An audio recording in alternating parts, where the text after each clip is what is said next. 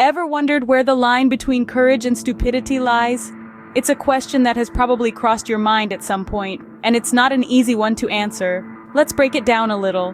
Courage is stepping into the unknown, despite the fear whispering in your ear. It's taking that leap, even when you're not sure where you'll land. Stupidity, on the other hand, could be seen as taking that same leap, but without considering the consequences. The intriguing part? They both involve a degree of risk.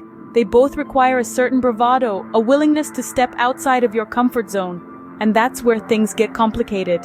How many times have you done something later to question whether it was an act of courage or sheer stupidity? It's a fine line, and one that's not always clear. Now let's dive into a story that exemplifies these concepts.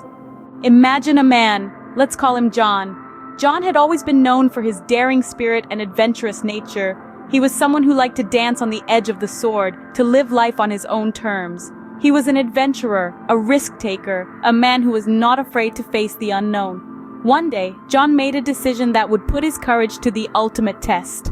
He decided to embark on a solo hiking trip to Shadow Peak, a treacherous mountain known for its unpredictable weather and dangerous trails. Many had attempted the hike before, and not all had returned, yet John was unfazed. His adventurous spirit was calling, and he was determined to answer. His friends and family tried to dissuade him, warning him of the dangers that lied ahead.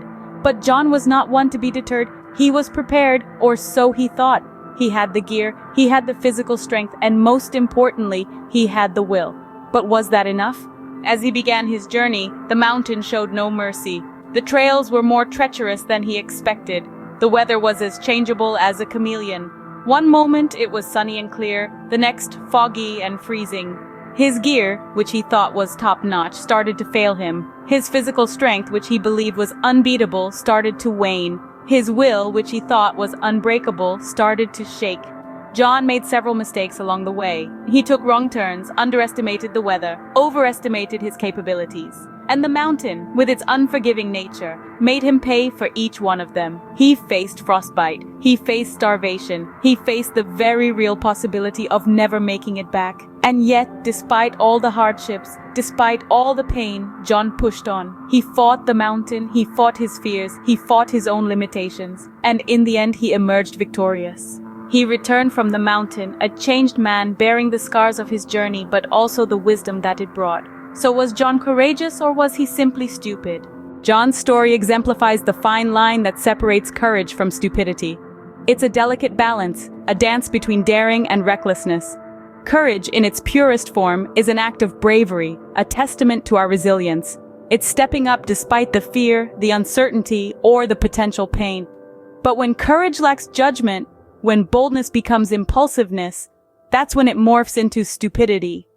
Life is a series of choices. It's about weighing risks and rewards, understanding the implications, and making informed decisions. But often we blur this line. We act on impulse without considering the consequences, turning courage into stupidity. This is when life gets hard. It's when we bear the brunt of our actions, when we face the repercussions of our choices. Remember, courage is not the absence of fear, but the triumph over it.